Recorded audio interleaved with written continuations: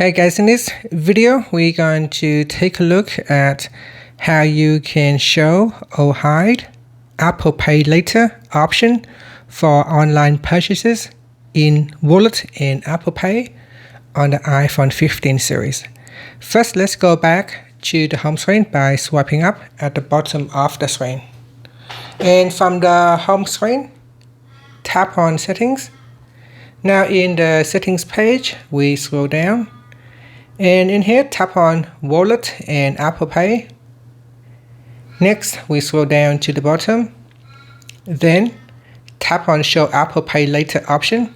Tap on the toggle button to switch it off or turn it on. And select See Apple Pay Later payment option when using Apple Pay online or in apps on this device.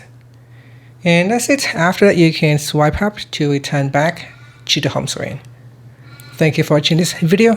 Please like and subscribe to my channel for more videos.